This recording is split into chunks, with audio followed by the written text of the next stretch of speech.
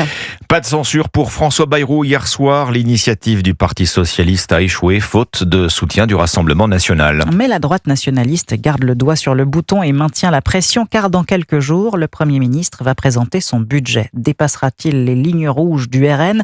François Bayrou sait en tout cas qu'il risque le même sort que son prédécesseur Michel Barnier, mais il veut au moins tenter de tenir sa promesse, redresser les comptes publics en réalisant 40 milliards d'euros d'économies.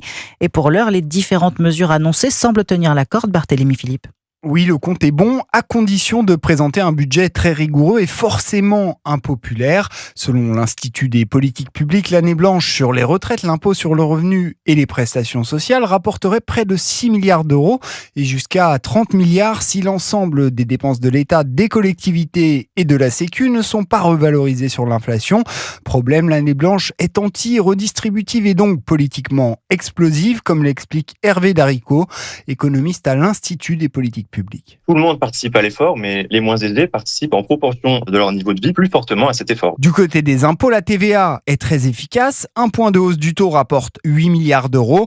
Sauf que les premiers touchés sont les ménages modestes. Seule la suppression de l'abattement fiscal sur les pensions de retraite échappe à cet écueil. Trouver 40 milliards d'euros d'économie n'a donc rien d'impossible. Mais le gouvernement s'est compliqué la tâche en promettant de ne pas toucher aux impôts des classes moyennes et populaires, ce qui exclut d'office deux mesures très rentables, la TVA et l'année blanche. Barthélémy Philippe du service économie d'Europe 1 et ce matin dans le journal Les Échos, la présidente de l'Assemblée nationale Yaël Braun-Pivet estime que trouver 40 milliards uniquement par des économies sur les dépenses publiques n'est pas réaliste et qu'on ne peut pas, je cite, exclure d'emblée toute hausse d'impôts.